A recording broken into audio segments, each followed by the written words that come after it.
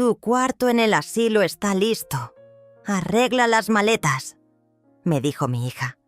Pero esa fue la última vez que me habló como si fuera su sirvienta. Porque cuando Daniela pronunció esas palabras frente a mi puerta, con esa sonrisa cruel que había perfeccionado desde niña, yo ya tenía en mis manos el arma más poderosa que existe. La verdad de lo que realmente eran. 3 meses antes había encontrado los papeles. Estaban escondidos en el cajón de mi propia cocina, entre las facturas de luz que Jairo insistía en ayudarme a pagar, planos del asilo San Rafael, cotizaciones funerarias con mi nombre ya escrito, y lo más doloroso de todo, un contrato de venta de mi casa con las firmas de ambos falsificadas, esperando solo mi muerte o mi incapacidad mental para ser ejecutado. Mi nombre es Celestina Arellano, y durante 69 años creí que amar significaba callarse. Creí que ser buena madre era decir sí a todo, aguantar todo, perdonar todo. Crié a Daniela sola, después de que su padre nos abandonara cuando ella tenía 12 años. Trabajé doble turno en la fábrica textil para pagarle estudios, ropa de marca, viajes con sus amigas. Cuando se casó con Jairo, vendí mi casa original para ayudarles con el enganche de su departamento. Cuando nacieron mis nietos, dejé mi trabajo para cuidarlos gratis mientras ellos construían su futuro. El futuro que construyeron fue un plan para deshacerse de mí. Mamá, no te hagas la dramática. Daniela suspiró mientras revisaba su teléfono, como si internar a tu propia madre fuera tan rutinario como hacer la compra del supermercado. El asilo es bonito, tiene jardines, actividades. Vas a estar mejor ahí que sola en esta casa vieja. Casa vieja que había comprado con mis ahorros después de vender todo lo que tenía valor sentimental. Casa donde había plantado cada rosa del jardín con mis propias manos. Casa que era lo único que me quedaba de mi propia existencia. Jairo carraspeó desde la sala, donde estaba revisando mis facturas como si fuera el dueño del lugar. Doña Celestina, ya hablamos con el director. Tienen un programa muy completo. Para señoras de su edad. Bingo los miércoles, misa los domingos. Su voz sonaba estudiada, como si hubiera ensayado ese discurso frente al espejo. Como si convertir a tu suegra en prisionera fuera un acto de caridad. Pero lo que no sabían es que Augusta, mi vecina de 72 años, había visto cuando vinieron a inspeccionar la casa con el corredor inmobiliario. Lo que no sabían es que había grabado sus conversaciones telefónicas cuando planeaban vender mis muebles, porque igual en el asilo no va a necesitar nada de esto. Lo que no sabían es que Félix Alfaro, mi abogado y viejo amigo, ya había preparado documentos, que los dejarían con las manos vacías y la boca abierta. ¿Cuándo tengo que irme? Pregunté con una voz tan suave que ellos intercambiaron miradas de triunfo. Creyeron que me había rendido. Creyeron que la vieja Celestina, la que siempre obedecía, la que nunca reclamaba, había aceptado su destino con resignación cristiana. «El lunes», respondió Daniela ya guardando su teléfono. «Mañana es viernes, así que tienes todo el fin de semana para empacar lo esencial. Lo demás lo donaremos». Lo demás. Mis fotografías, los recuerdos de mi matrimonio, las cartas de amor que mi esposo me escribió durante 30 años, los dibujos que mis nietos me habían hecho cuando todavía me querían. Todo eso era lo demás que se podía donar como ropa usada. Me levanté despacio de mi silla favorita, esa que había comprado en abonos cuando Daniela era pequeña, y se sentaba en mis piernas para que le leyera cuentos. Caminé hacia la cocina mientras ellos seguían hablando entre sí sobre horarios de visita y procedimientos de ingreso, como si yo ya no estuviera ahí. Puse agua a hervir para el café y sentí algo extraño en el pecho. No era tristeza. No, era miedo. Era algo que no había sentido en décadas. Era poder. El poder de saber que por primera vez en mi vida Yo tenía el control de mi propia historia. Mientras el agua hervía, los recuerdos llegaron como avalancha. Daniela a los 5 años, llorando en mis brazos porque los niños de la escuela se burlaban de que no tenía papá. Yo le secaba las lágrimas y le decía: «No importa, mi amor, tú y yo somos un equipo». Daniela a los 15, gritándome que era una madre patética y que por mi culpa su padre se había ido. Yo le preparaba su comida favorita y esperaba que se le pasara el coraje. Daniela a los 25, llamándome solo cuando necesitaba dinero para sus caprichos. Y yo vaciando mi cuenta de ahorros porque una madre siempre debe apoyar a sus hijos. El café comenzó a gotear y su aroma me transportó 30 años atrás, cuando Roberto todavía vivía con nosotras. Él se levantaba temprano para ir al trabajo en la construcción y yo le preparaba un termo de café bien cargado. «Celestina», me decía mientras me abrazaba por la cintura, «eres la mujer más fuerte que conozco. Esta niña va a tener la mejor madre del mundo». Roberto se equivocó en muchas cosas, pero tenía razón en eso. Yo era fuerte, solo que había olvidado mi propia fuerza. «Mamá, ¿qué tanto haces ahí?». La voz de Daniela me devolvió al presente. Estaba parada en la entrada de la cocina, con esa expresión impaciente que ponía cuando era niña, y quería que le resolviera algo inmediatamente. «Solo estamos revisando tus papeles para que todo esté en orden». Mis papeles, mi testamento, mis documentos de la casa, mis estados de cuenta bancarios, todo lo que ellos necesitaban para ejecutar su plan perfecto. Me volteé hacia ella con una sonrisa que había aprendido a perfeccionar durante años de matrimonio difícil y maternidad solitaria. «Solo preparando café para mis invitados», respondí, sirviendo 3 tazas en la bandeja de porcelana que había sido de mi madre. «Siéntense en la sala, ahora salgo». Daniela frunció el ceño. Algo en mi tono la inquietó, pero no supo identificar qué. Regresó a la sala donde Jairo seguía revisando mis cosas como si fuera un tasador profesional. Los escuché murmurar entre ellos, probablemente extrañados por mi calma. Abrí el cajón donde guardaba las servilletas de tela y saqué el sobre que había estado esperando el momento perfecto para usar. Dentro estaban las copias de todos los documentos que Félix había preparado. El poder notarial que revocaba cualquier autorización que hubiera dado anteriormente. La transferencia de todos mis bienes a un fideicomiso de protección patrimonial. El testamento nuevo donde especificaba exactamente quién recibiría qué y bajo qué condiciones. Pero lo más importante era la carta. Una carta dirigida a Daniela, escrita a mano con mi mejor letra, donde le explicaba todo lo que había descubierto y todas las medidas legales que había tomado. Una carta que había redactado y reescrito docenas de veces, quitando el dolor, quitando los reproches, dejando solo los hechos fríos y las consecuencias inevitables. Llevé la bandeja a la sala. Jairo había extendido papeles sobre mi mesa del centro, mi mesa donde ponía las fotos de mis nietos cuando todavía venían a visitarme.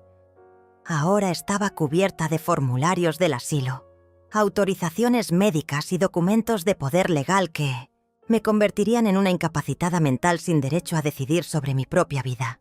«Aquí tienen su café», dije colocando las tazas con el cuidado de una anfitriona perfecta.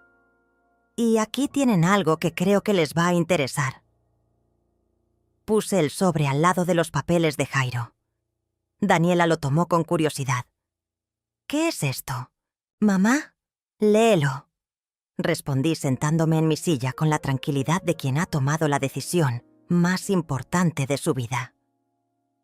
Daniela abrió el sobre y comenzó a leer. Vi cómo su expresión cambiaba de curiosidad a confusión, de confusión a incredulidad, de incredulidad a pánico puro. Sus manos empezaron a temblar cuando llegó a la parte donde se explicaba que todos mis bienes habían sido transferidos a un fideicomiso irrevocable, administrado por un banco y con beneficiarios que no eran ella ni su esposo. ¿Qué carajo es esto?, gritó, levantándose de golpe. La taza de café se derramó sobre los papeles del asilo, manchándolos de marrón oscuro como una premonición. Jairo le quitó la carta de las manos y la leyó rápidamente, su cara poniéndose cada vez más pálida. «No puede ser legal», murmuró. «Ella no puede hacer esto. Nosotros somos sus únicos herederos». «Pueden serlo», dije con una calma que me sorprendió a mí misma.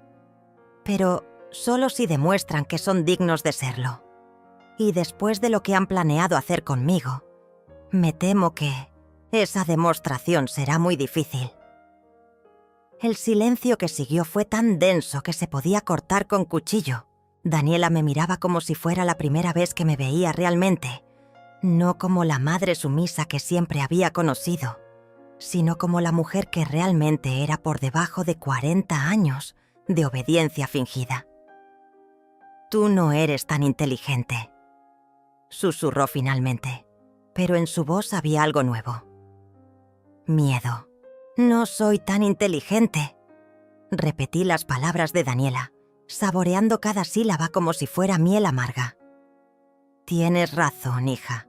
No fui lo suficientemente inteligente para darme cuenta de que la niña a la que crié con tanto amor se convertiría en una mujer capaz de planear internarme para robarme todo lo que tengo».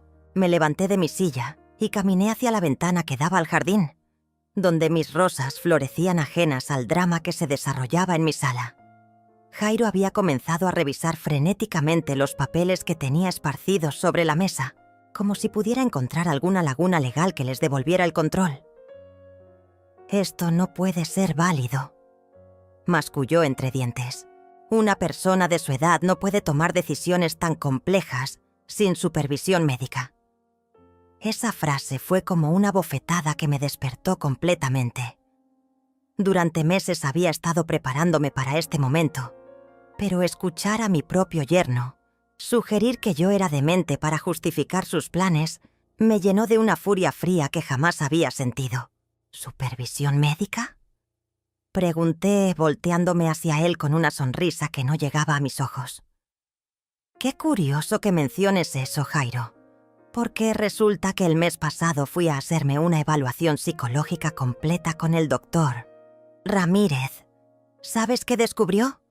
Que tengo las facultades mentales de una mujer de 50 años y la memoria de un elefante». Daniela palideció. Ella sabía lo que eso significaba. Todos sus argumentos sobre mi supuesta incapacidad mental se desmoronaban como castillo de naipes.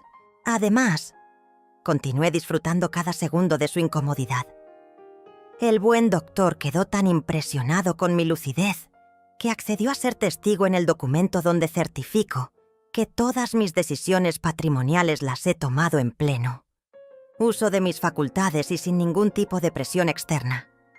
El ambiente en la sala se volvió denso, cargado de electricidad. Daniela comenzó a caminar de un lado a otro como animal enjaulado, mientras Jairo seguía revisando papeles con movimientos cada vez más desesperados. «Mamá», dijo Daniela, y por primera vez en años su voz sonó como cuando era pequeña y había hecho alguna travesura. «Nosotros solo queremos lo mejor para ti. El asilo tiene muy buenas referencias. Vas a estar cuidada». ¿Cuidada? La palabra salió de mi boca como un ladrido. «Daniela, encontré los papeles donde cotizaron. ¿Cuánto les pagarían por cada mes que yo permanezca internada? Encontré el contrato de venta de esta casa con firmas falsificadas. ¿De verdad crees que soy tan estúpida como para no entender que todo esto es por dinero?» Mi hija se detuvo en seco. Sus ojos se llenaron de lágrimas, pero ya no eran las lágrimas de la niña inocente que una vez fue. Eran las lágrimas calculadas de una mujer adulta que había sido descubierta en su peor mentira. «No es solo por dinero», murmuró. Es que ya no podemos seguir preocupándonos por ti todo el tiempo. Los niños necesitan nuestra atención. Jairo está luchando por el ascenso en su trabajo. ¿Preocupándose por mí? Mi voz subió de volumen por primera vez en la conversación. ¿Cuándo fue la última vez que se preocuparon por mí, Daniela? ¿Cuándo fue la última vez que vinieron a visitarme sin pedirme dinero? ¿Cuándo fue la última vez que me preguntaron cómo me siento, qué necesito, si estoy bien? El silencio que siguió fue ensordecedor, porque todos sabíamos la respuesta. Nunca. En los últimos 5 años, cada visita había sido transaccional. Cada llamada telefónica había tenido un propósito específico. Cada «¿Cómo estás, mamá?», había sido seguido inmediatamente por alguna solicitud. Jairo finalmente habló, y su voz sonaba derrotada. «¿Qué quiere que hagamos, doña Celestina? Ya pagamos la reserva del asilo, ya organizamos todo». «Lo que quiero», dije regresando a mi silla y tomando mi taza de café con manos perfectamente firmes, «es que se vayan de mi casa ahora mismo, que cancelen lo que tengan que cancelar y que no regresen hasta que estén listos para tratarme como lo que soy, su madre y su suegra, no su fuente de ingresos». Daniela me miró con una mezcla de shock y rabia que no intentó disimular. «¿Y si no lo hacemos? ¿Si decidimos seguir adelante con el plan del asilo?». Por primera vez en la conversación, sonreí genuinamente. Era una sonrisa que había estado guardando durante meses, esperando este momento exacto. «Si siguen adelante», dije con una tranquilidad que me sorprendió incluso a mí, «van a descubrir que el fideicomiso que establecí tiene una cláusula muy específica. Si alguien intenta internarme contra mi voluntad o declararme incapaz sin causa médica justificada, todos mis bienes pasan automáticamente a la Casa de Ancianos Santa Teresa como donación, y ustedes no solo se quedan sin herencia, sino que enfrentan cargos por intento de fraude y abuso de persona mayor». La expresión en sus rostros no tenía precio. Era como si hubieran visto un fantasma, o mejor dicho, como si hubieran visto a la verdadera Celestina por primera vez en sus vidas. El color desapareció completamente del rostro de Daniela. Se dejó caer en el sofá como si las piernas ya no pudieran sostenerla, mientras Jairo seguía leyendo y releyendo la carta con la desesperación de un hombre que ve cómo su plan perfecto se desmorona ante sus ojos. «Esto es imposible», murmuró Jairo, pero su voz había perdido toda la seguridad que tenía cuando llegaron. ¿Cuándo hiciste todo esto? ¿Cuándo?», repetí, dejando que la pregunta flotara en el aire, como humo de cigarrillo. «Empecé el día que encontré sus papeles en mi propia cocina. ¿De verdad creyeron que podían planear mi vida en mi propia casa sin que me diera cuenta?». Me levanté y caminé hacia el mueble donde guardaba mis álbumes de fotografías. Saqué uno viejo, de tapas de cuero gastado, y lo abrí en una página específica. «¿Ven esta foto?». Les mostré una imagen de Daniela a los 8 años, sentada en mis piernas mientras yo le enseñaba a tejer. Esta niña me preguntaba todos los días si yo la iba a abandonar como lo hizo su papá, y yo le prometía, una y otra vez, que nunca la dejaría sola, que estaríamos juntas siempre. Cerré el álbum con un sonido seco. «Curioso cómo las promesas solo van en una dirección, ¿verdad?». Daniela comenzó a llorar, pero eran lágrimas diferentes a las que había visto antes. No eran lágrimas de manipulación o chantaje emocional. Eran lágrimas de alguien que se está viendo realmente por primera vez y no le gusta lo que encuentra. «Mamá, yo…», empezó a decir, pero levanté la mano para detenerla. «No», dije con firmeza. «Ahora me toca hablar a mí. Durante 40 años escuché todo lo que tenían que decirme. Escuché sus quejas, sus demandas, sus justificaciones. Ahora van a escuchar la verdad». Caminé hacia la cocina y regresé con una caja de zapatos vieja. La puse sobre la mesa, al lado de todos sus papeles del asilo, y la abrí. Dentro había docenas de recibos, facturas pagadas, comprobantes de transferencias bancarias. Estos son todos los gastos que he cubierto por ustedes en los últimos 10 años. Expliqué, sacando los papeles uno por uno. La colegiatura de los niños cuando Jairo se quedó sin trabajo. Los pagos del coche cuando se atrasaron con las mensualidades. La fianza del departamento cuando se cambiaron a uno más caro. El dinero para las vacaciones en Cancún el año pasado. Cada papel que ponía sobre la mesa era como una daga silenciosa. Jairo intentó protestar. «Doña Celestina, nosotros siempre tuvimos la intención de pagarle». «¿Con qué dinero?», lo interrumpí. «¿Con el dinero de la venta de mi casa? Porque ese era el plan, ¿verdad? Internarme, vender la casa, quedarse con todo. Y si sobraba algo, tal vez pagar algunas de las deudas que tienen conmigo». El silencio volvió a llenar la habitación. Daniela había dejado de llorar y me miraba con una expresión que no podía descifrar. ¿Era vergüenza? ¿Era sorpresa? ¿O era simple cálculo, tratando de encontrar una nueva estrategia para salir de esta situación? ¿Sabes qué es lo más triste de todo esto?, continué, guardando los recibos de vuelta en la caja. No es el dinero. El dinero se puede recuperar, se puede ganar, se puede perder. Lo más triste es que ustedes creyeron que yo era lo suficientemente tonta como para no darme cuenta, que creyeron que 40 años de amor incondicional me habían convertido en una idiota. Me senté de nuevo, pero esta vez no en mi silla favorita. Me senté en el sillón principal, el lugar donde siempre se sentaba el jefe de la familia, el lugar que había estado vacío desde que Roberto se fue y que yo nunca me había atrevido a ocupar. «Aquí está lo que va a pasar ahora», dije, y mi voz sonó diferente, más grave, más autoritaria. «Primero, van a cancelar todo lo del asilo. Van a recuperar el dinero que pagaron, si es que se puede. Y si no se puede, lo van a perder. Esa será su primera lección sobre las consecuencias de tomar decisiones sin consultar a las personas afectadas». Daniela abrió la boca para protestar, pero la cerró inmediatamente cuando vio mi expresión.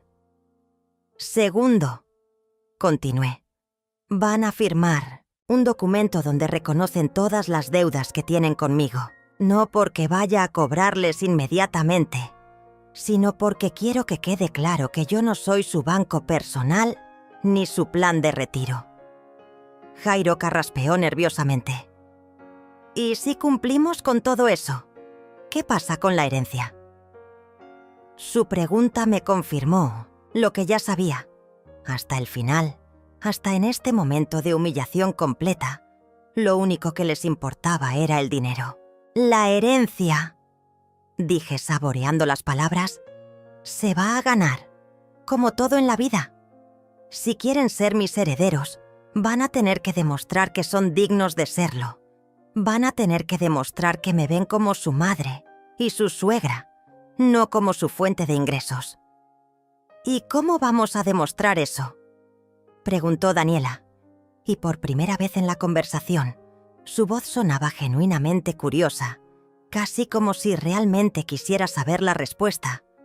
Sonreí, y esta vez fue una sonrisa real, llena de posibilidades que hasta hace unos minutos no sabía que existían. «Eso», dije, «es algo que van a tener que descubrir ustedes solos». Los días que siguieron a esa conversación fueron los más extraños de mi vida. Por primera vez en décadas, mi casa estaba completamente silenciosa. El teléfono no sonaba con llamadas de Daniela pidiendo dinero para alguna emergencia inventada. No había visitas sorpresa de Jairo para revisar mis facturas. No había nietos gritando mientras sus padres hablaban de sus problemas financieros en mi sala. Al principio, el silencio me asustaba. Me había acostumbrado tanto al caos constante de resolver problemas ajenos que la tranquilidad me parecía antinatural. Pero gradualmente, ese silencio se convirtió en algo hermoso. Era como si después de años de tener el volumen de mi vida, controlado por otros, finalmente hubiera encontrado el botón para ajustarlo a mi gusto. Augusta vino a visitarme el miércoles por la tarde. La vi llegar desde la ventana de la cocina, cargando una olla que seguramente contenía alguno de sus guisos famosos.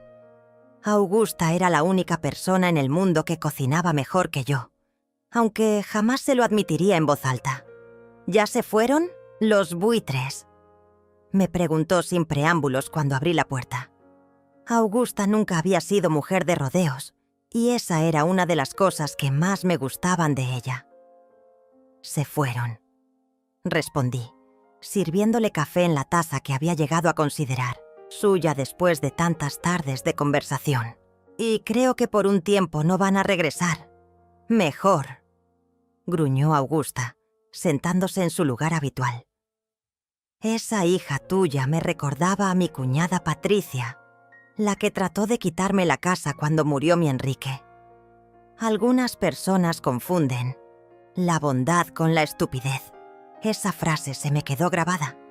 Confunden la bondad con la estupidez. Durante años yo había pensado que ser buena madre significaba decir que sí a todo, aguantar todo, perdonar todo. Pero Augusta tenía razón. Eso no era bondad. Era estupidez disfrazada de sacrificio maternal. ¿Qué vas a hacer ahora? Me preguntó Augusta mientras probaba el café que había aprendido a preparar exactamente como a ella le gustaba. Fuerte y con 2 cucharadas de azúcar. Era una pregunta simple, pero me tomó por sorpresa. ¿Qué iba a hacer ahora? Durante tanto tiempo mi vida había estado definida por las necesidades de otros, que no había pensado en mis propias necesidades en décadas. No lo sé, admití. Y fue la primera vez en años que dije esas palabras, sin sentir vergüenza. Por primera vez en mi vida puedo hacer lo que yo quiera. Augusta asintió con aprobación. Cuando Enrique murió, todos me decían que me fuera a vivir con alguno de mis hijos, que una mujer de mi edad no podía vivir sola. ¿Sabes qué les dije? Negué con la cabeza, aunque tenía una idea de hacia dónde iba la historia. Les dije que había pasado 50 años cuidando a otros, y que los años que me quedaran los iba a pasar cuidándome a mí misma. Se recostó en la silla con una sonrisa satisfecha. Fue la mejor decisión que tomé en mi vida. Esa tarde, después de que Augusta se fue, caminé por mi casa como si la viera por primera vez. Realmente la vi. Las paredes que necesitaban una mano de pintura, las cortinas descoloridas que había conservado porque estaban en buen estado, los muebles que había mantenido porque eran prácticos, pero que no me gustaban realmente. Por primera vez me di cuenta de que había estado viviendo en una casa que reflejaba las necesidades de otros, no las mías. El televisor estaba en el lugar que a Jairo le convenía para ver los partidos cuando venía. Las plantas estaban donde Daniela decía que no estorbaban cuando traía a los niños. Hasta los cuadros en las paredes habían sido elegidos pensando en que fueran apropiados para cuando tuviera visitas. Esa noche tomé una decisión que me sorprendió incluso a mí. Iba a redecorar toda la casa, no para que se viera bonita para las visitas, sino para que se sintiera como mi hogar. El jueves fui al centro comercial por primera vez en años, sin una lista específica de cosas que necesitaba comprar para otros. Caminé por las tiendas, sin prisa, deteniéndome en lugares donde nunca antes había entrado, porque parecían demasiado caros o demasiado elegantes para una mujer como yo.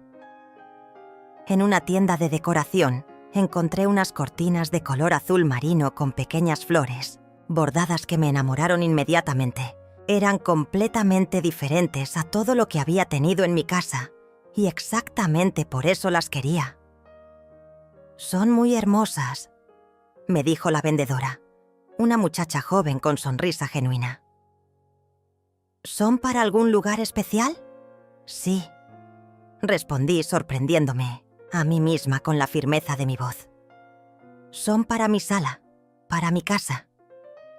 Mientras pagaba las cortinas, pensé en todas las veces que había dicho «no puedo gastar dinero en eso», cuando se trataba de algo para mí. Pero inmediatamente había abierto la billetera cuando Daniela o los nietos querían algo. Pensé en todas las veces que había comprado regalos caros para cumpleaños y navidades, pero que había usado la misma ropa durante años porque todavía servía. Esa tarde, mientras colgaba las cortinas nuevas, sonó el teléfono. Era Daniela. Mamá. Su voz sonaba diferente, más pequeña. «Cancelamos lo del asilo». «Me da gusto escuchar eso», respondí, sentándome en mi silla favorita y admirando cómo las cortinas nuevas cambiaban completamente el ambiente de la sala. «Mamá, necesitamos hablar». «Cuando quieras hablar, ya sabes dónde vivo», le dije. «Pero la próxima vez que vengas, va a ser como mi hija, no como mi administradora». Hubo un silencio largo del otro lado de la línea. «¿Mamá?» «Sí, te amo». Fueron las palabras que había estado esperando escuchar durante años, pero llegaron en el momento perfecto, cuando ya no las necesitaba para sentirme completa. «Yo también te amo, Daniela», respondí. «Y precisamente por eso es que vamos a aprender a respetarnos». 2 semanas después de colgar las cortinas azules, mi casa se había transformado en algo que nunca pensé que podría ser. Un hogar que me reflejaba completamente. Había pintado la pared principal de la sala en un tono dorado suave que hacía que la luz de la mañana bailara de manera hermosa. Había comprado plantas nuevas, no las típicas que no dan trabajo, sino orquídeas y gardenias que requerían cuidado, pero llenaban el espacio con perfumes exquisitos. Cada cambio pequeño era como recuperar una parte de mí misma que había estado dormida durante décadas. Cuando cambié los muebles de lugar para crear un rincón de lectura junto a la ventana, sentí que estaba reclamando mi derecho a tener espacios que existieran solo para mi placer, no para la comodidad de las visitas. El viernes por la mañana, estaba regando mis plantas nuevas cuando escuché que alguien tocaba la puerta. A través de la cortina entreabierta, vi a Daniela parada en el porche, pero algo era diferente. No tenía esa postura agresiva de siempre, esos hombros alzados y esa mandíbula apretada que había desarrollado en los últimos años. Se veía más pequeña, más vulnerable. Abrí la puerta sin prisa, estudiando su rostro. Tenía ojeras profundas y su ropa no tenía el cuidado meticuloso de siempre. Era como si las últimas semanas hubieran sido difíciles para ella también. «Hola, mamá», dijo, y su voz sonaba ronca, como si hubiera estado llorando. «Hola, hija», respondí, haciéndome a un lado para que entrara. Daniela se detuvo justo después del umbral y miró alrededor de la sala con asombro genuino. «Todo se ve diferente». «Se ve como yo quería que se viera», dije, observando su reacción. Era curioso ver mi casa a través de sus ojos, ver cómo los cambios que para mí representaban liberación para ella eran evidencia de que algo fundamental había cambiado entre nosotras. Se sentó en el sofá, pero en la orilla, como si no estuviera segura de tener permiso para estar cómoda. «Mamá, he estado pensando mucho en lo que pasó». No respondí inmediatamente. Durante años había tenido la costumbre de saltar a consolar a Daniela en el momento en que mostraba cualquier signo de malestar, de decirle que todo estaba bien antes de que ella siquiera terminara de explicar qué estaba mal. Pero ahora esperé a que ella encontrara las palabras que realmente quería decir. «No me había dado cuenta de cuánto te había estado lastimando», continuó, y pude ver que cada palabra le costaba trabajo. «Siempre pensé que tú estabas bien con todo, que te gustaba ayudarnos, que te hacías sentir útil». La frase «sentirme útil» me golpeó como una bofetada. Durante años había confundido ser útil con ser amada. Había pensado que mi valor como madre dependía de cuántos problemas pudiera resolver, cuántas crisis pudiera manejar, cuánto dinero pudiera dar sin que me lo pidieran. ¿Y ahora qué piensas?, pregunté, manteniendo mi voz neutral. Daniela respiró profundo, como alguien que se prepara para saltar al agua fría. Ahora pienso que confundí tenerte siempre disponible con tenerte siempre obligada, y que confundí tu amor con tu miedo a decirme que no. Esa observación me sorprendió por su precisión. Daniela había dado en el clavo de algo que yo misma apenas había comenzado a entender. Durante años había dicho que sí no porque quisiera ayudar, sino porque tenía miedo de que si decía que no, me quedaría completamente sola. ¿Sabes qué es lo más terrible de todo esto?, dijo Daniela. Y por primera vez desde que llegó, me miró directamente a los ojos. Que cuando Jairo y yo estábamos planeando lo del asilo, una parte de mí pensaba que era lo mejor para ti, que realmente estábamos haciendo algo bueno. ¿Y ahora? Ahora me doy cuenta de que nunca te pregunté qué querías tú. Nunca te pregunté si eras feliz, si te sentías sola, si necesitabas algo diferente. Se pasó las manos por el cabello en un gesto que reconocí de cuando era niña y había hecho algo de lo que se avergonzaba. Decidí por ti, como si fueras un problema que necesitaba una solución, no como si fueras mi madre. El silencio que siguió no fue incómodo. Era el silencio de dos personas que finalmente estaban viendo la verdad de su relación sin filtros, ni justificaciones. ¿Puedo preguntarte algo?, dijo Daniela después de un momento. Asentí. ¿Cuándo dejaste de confiar en mí? La pregunta me tomó desprevenida, no porque no supiera la respuesta, sino porque era una respuesta dolorosa de dar. Dejé de confiar en ti, dije lentamente, el día que encontré los papeles del asilo en mi propia cocina. Pero creo que dejé de respetarme a mí misma mucho antes de eso. Daniela se inclinó hacia adelante, como si mis palabras fueran algo físico que necesitaba atrapar. ¿Qué quieres decir?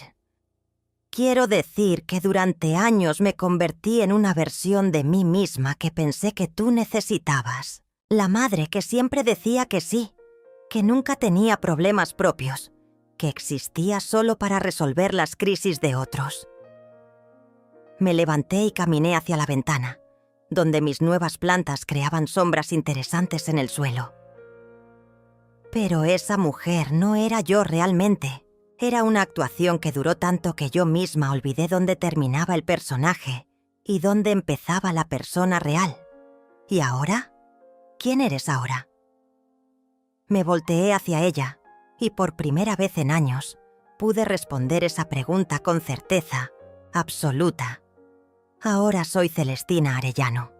No soy la madre perfecta, ni la abuela siempre disponible, ni la mujer que resuelve problemas ajenos sin cuestionar. Soy una mujer de 69 años que está aprendiendo a vivir para sí misma. Daniela se quedó en silencio durante varios minutos después de mi respuesta. La vi procesar mis palabras, como si estuviera viendo por primera vez a una persona que había estado frente a ella toda su vida, pero que nunca había realmente observado. Finalmente habló, y su voz era apenas un susurro. ¿Puedes perdonarme? La pregunta flotó en el aire entre nosotras, como una hoja que cae lentamente de un árbol. Durante años, el perdón había sido automático en nuestra relación. Daniela hacía algo hiriente. Yo la perdonaba inmediatamente, y seguíamos adelante como si nada hubiera pasado. Pero esta vez era diferente. Esta vez el perdón no podía ser automático, porque lo que había pasado había cambiado algo fundamental entre nosotras. No lo sé, respondí honestamente. Todavía no lo sé. Vi cómo mi respuesta la golpeó. Sus ojos se llenaron de lágrimas, pero no protestó. No trató de convencerme. No hizo ninguno de los movimientos manipulativos que había perfeccionado durante años. Simplemente asintió y aceptó mi respuesta. «Entiendo», dijo. «¿Hay algo que pueda hacer para empezar a reparar esto?» «Sí», respondí sin dudar. «Puedes empezar por contarme la verdad sobre por qué realmente querían internarme». Daniela cerró los ojos como si hubiera estado esperando esa pregunta y temiendo tener que responderla. «Jairo perdió su trabajo hace 6 meses», dijo finalmente. «No el ascenso que estaba esperando. Perdió el trabajo completamente.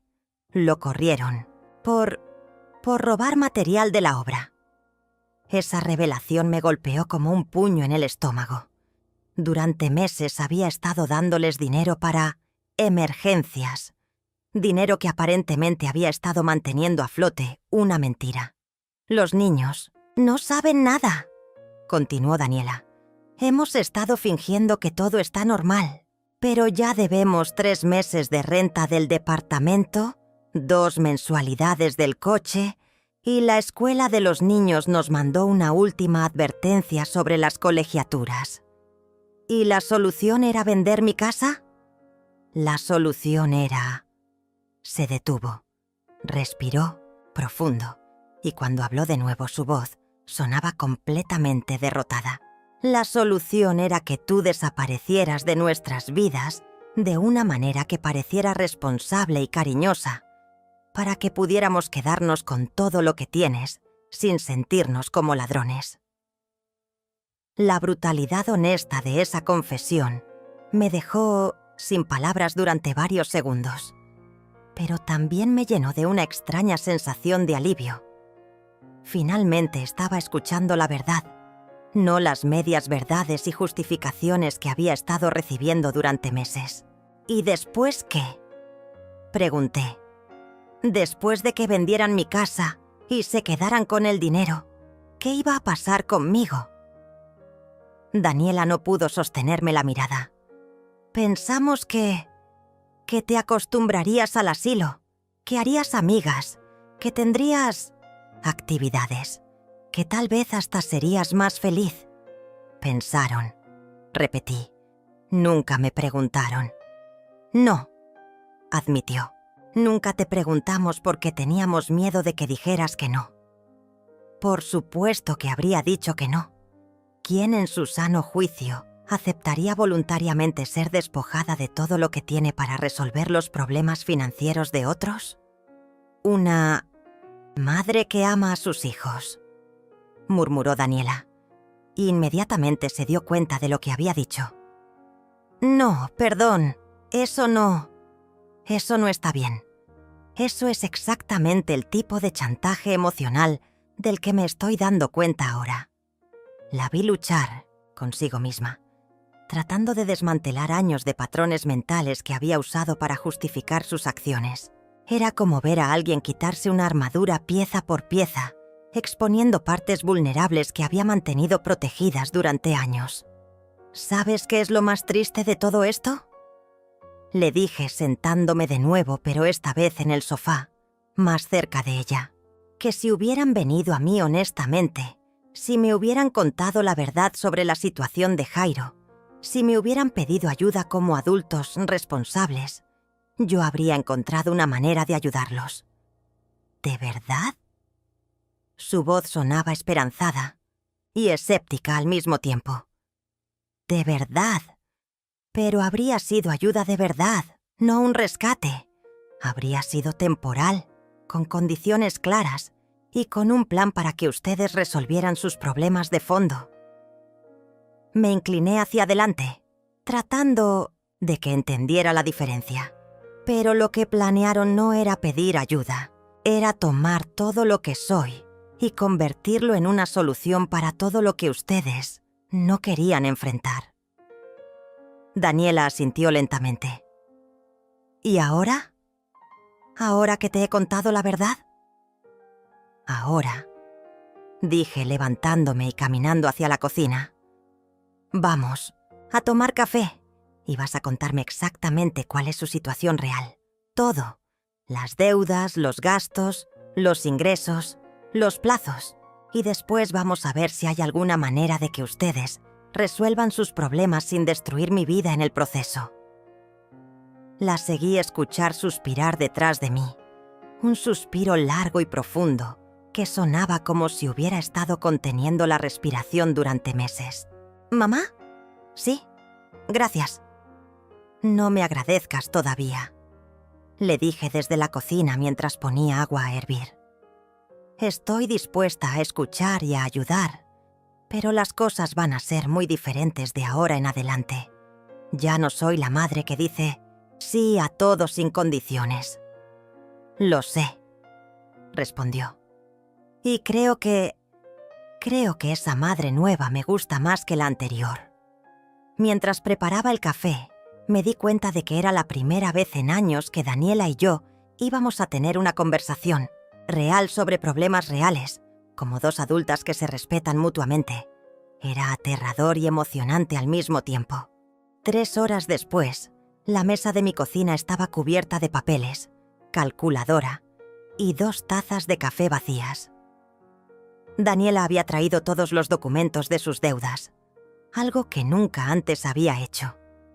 Por primera vez estaba viendo la magnitud real de sus problemas financieros, y era peor de lo que había imaginado.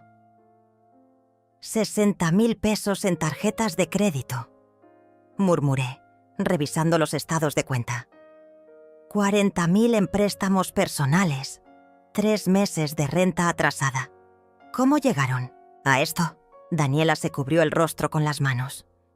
Viviendo por encima de nuestras posibilidades desde que nos casamos, siempre pensando que el próximo ascenso de Jairo iba a resolver todo, siempre creyendo que teníamos tiempo para arreglar las cosas. Y siempre sabiendo que yo estaba ahí como respaldo, agregué. Y no fue una pregunta. Sí, admitió sin levantar la vista. Siempre sabiendo que al final, si las cosas se ponían realmente mal, tú nos salvarías. Dejé los papeles sobre la mesa y me recosté en mi silla. ¿Sabes cuál es tu problema real, Daniela? No es la falta de dinero. Es la falta de responsabilidad. Han estado viviendo como adolescentes que saben que papá y mamá van a pagar las consecuencias de sus decisiones. ¿Y qué se supone que hagamos ahora? Su voz sonaba desesperada. Jairo lleva 6 meses buscando trabajo y nadie lo quiere contratar. Los niños necesitan seguir en la escuela. No podemos mudarnos a un lugar más barato porque ya nadie nos renta sin referencias. ¿Han considerado que tal vez los niños pueden cambiar de escuela a una pública? ¿Que tal vez ustedes pueden mudarse a un departamento más pequeño? ¿Que tal vez pueden vender el coche y usar transporte público? Daniela me miró como si le hubiera sugerido que se mudaran a la luna. Mamá, los niños tienen amigos en esa escuela. Jairo necesita el coche para las entrevistas de trabajo. No pueden renunciar a su estilo de vida. La interrumpí. Esa es la verdad. Prefieren planear internarme y vender mi casa antes que aceptar que tienen que vivir con menos. El silencio que siguió fue denso y incómodo. Daniela jugaba con la cuchara de café, evitando mi mirada, mientras yo procesaba la magnitud real de lo que estaba viendo. No era solo una crisis financiera.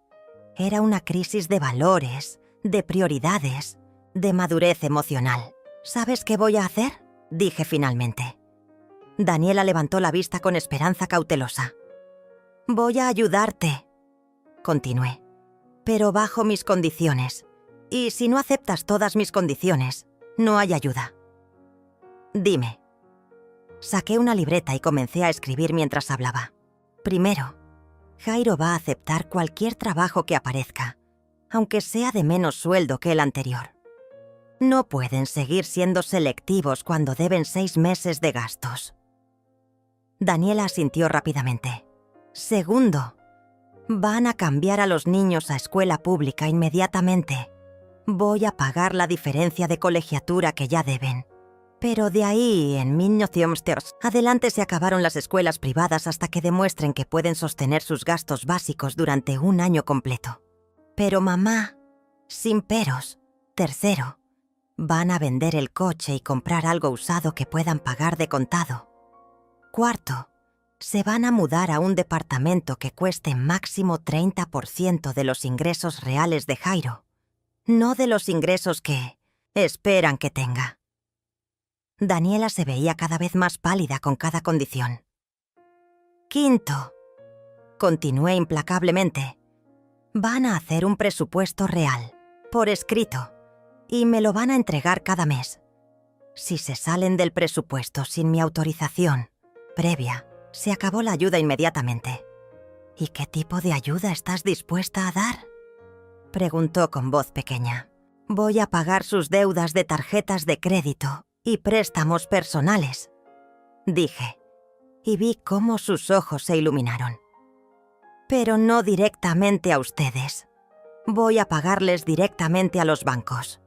Y ustedes van a firmar un documento donde se comprometen a pagarme de vuelta en 5 años con intereses. ¿Intereses? 5% anual.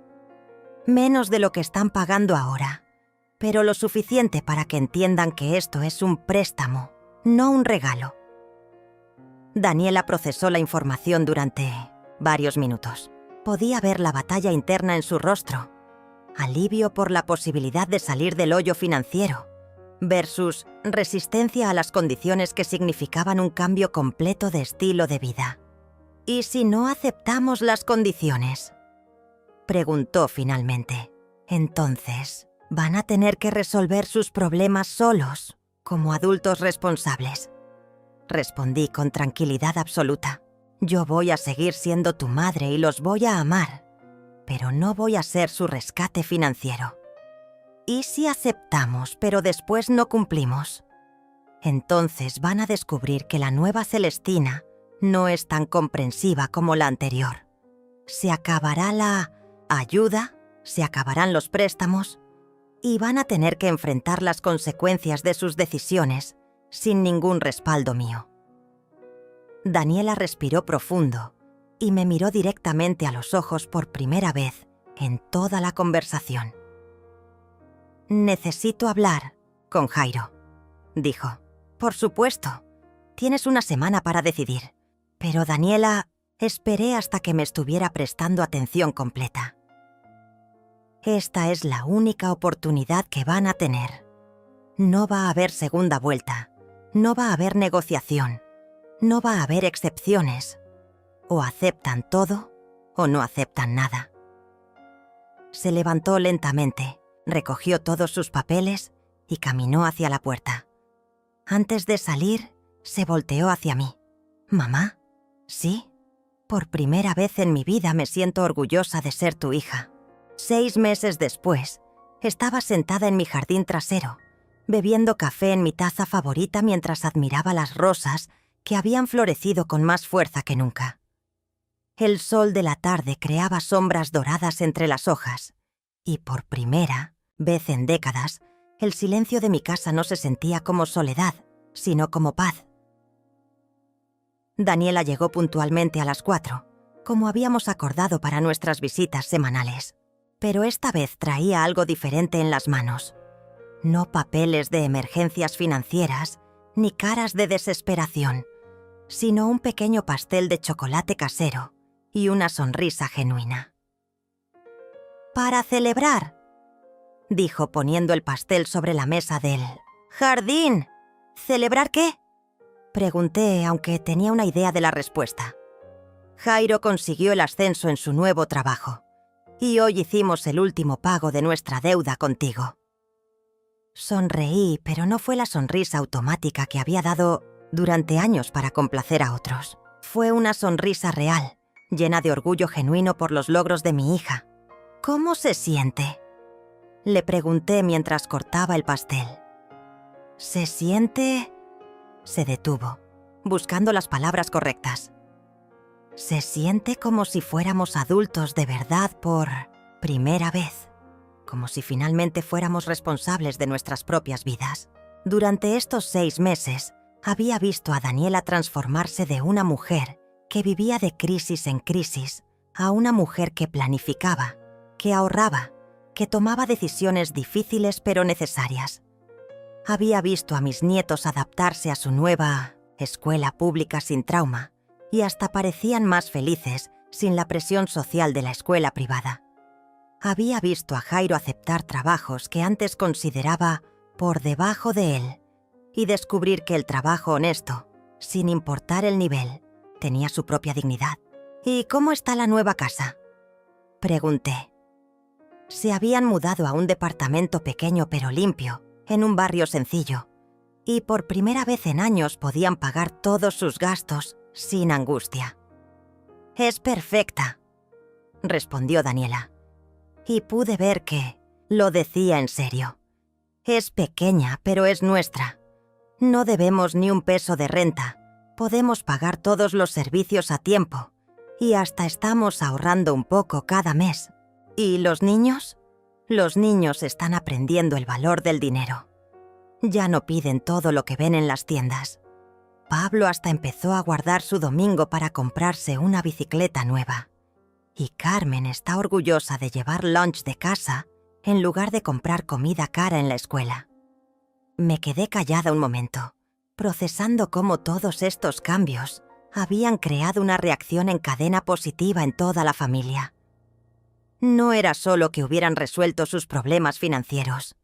Habían aprendido a vivir de manera diferente, más consciente, más responsable. ¿Sabes qué es lo más curioso de todo esto?, dijo Daniela tomando un pedazo de pastel. ¿Qué? Que durante años pensé que necesitábamos más dinero para ser felices. Pero resulta que lo que necesitábamos era menos presión, menos deudas, menos mentiras. Ahora que vivimos con lo que realmente tenemos, somos más felices que cuando vivíamos fingiendo que teníamos más. Esa observación me llenó de una satisfacción profunda, no solo porque habían resuelto sus problemas, sino porque habían aprendido las lecciones correctas del proceso. ¿Y tú?, me preguntó Daniela. ¿Cómo has estado estos meses? Miré alrededor de mi jardín, mi casa renovada, mi vida reorganizada según mis propios deseos por primera vez en décadas. He estado aprendiendo quién soy cuando no estoy tratando de ser lo que otros necesitan que sea.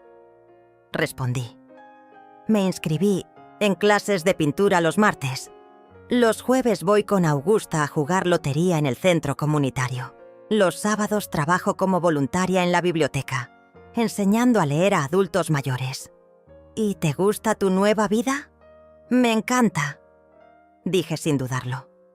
Por primera vez en años, cada día es mío.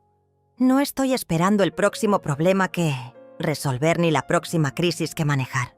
Estoy viviendo mi propia vida. Daniela asintió, y vi algo en sus ojos que no había visto en años.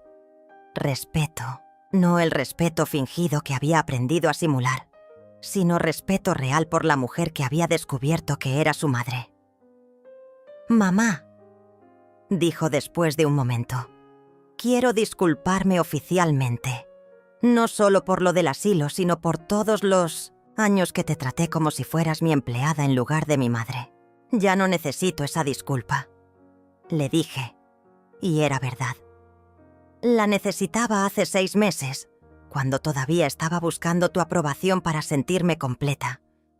Pero ahora ya no necesito que nadie valide mi valor. ¿Eso significa que me perdonas?